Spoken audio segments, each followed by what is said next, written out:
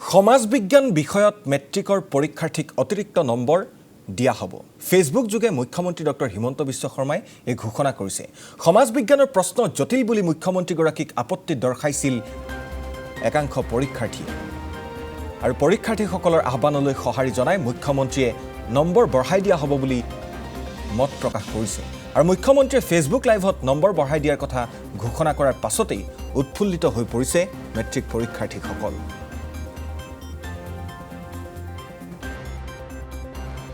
টান আছিলে আৰু সিলেবাছৰ বাহিৰতো আছিলে দুটামান কুৱেশ্যন। তাৰ কাৰণে আৰু বহুত টেনশ্যনত আছিলোঁ আমি যে পাছ কৰিম নকৰিম। বেছি ভাল এটা হোৱা নাই। নাই লিখিবলৈ ইমান এটা পৰা নাই। আমি থিয়ৰী পাৰ্ট একোৱে লিখিব পৰা নাই। পাছ কৰা হ'ব নহয়? হ'ব সেইটো পাছিং মাৰ্কটো উঠিব, কিন্তু লেটাৰ পোৱাৰ আশাটো মোৰ মানে হেৰি হৈ গ'ল। লেটাৰ আই থিংক নাপাম চাগে মই।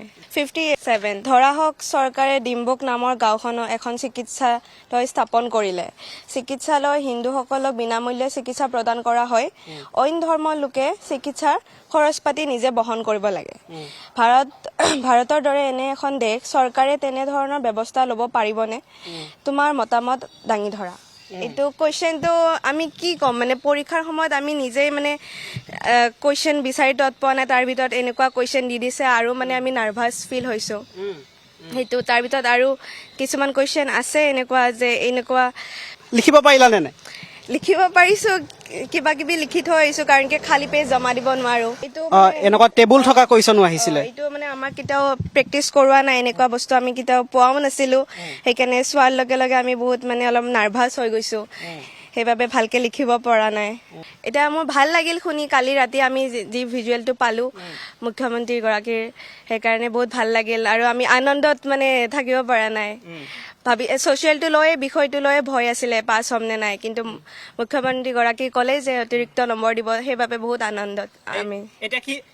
এতিয়া কিমান নম্বৰ লাগে কোৱাচোন? কিমান নম্বৰ এতিয়া বিচৰা মুখ্যমন্ত্ৰীৰ পৰা? 20 বা 30 দিলে হয় আৰু 20-30 মান লাগে। তেতিয়া লেটাৰ মাৰ্কটো থাকিব তেতিয়া হয়।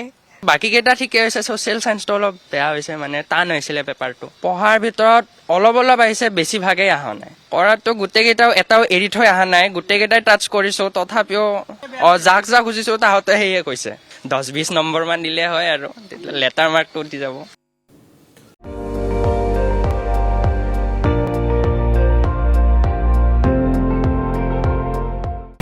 আপুনি চাই আছে ND24, সৰ্বশ্ৰেষ্ঠ নহয় সৰ্বোত্তমৰ দৌৰ।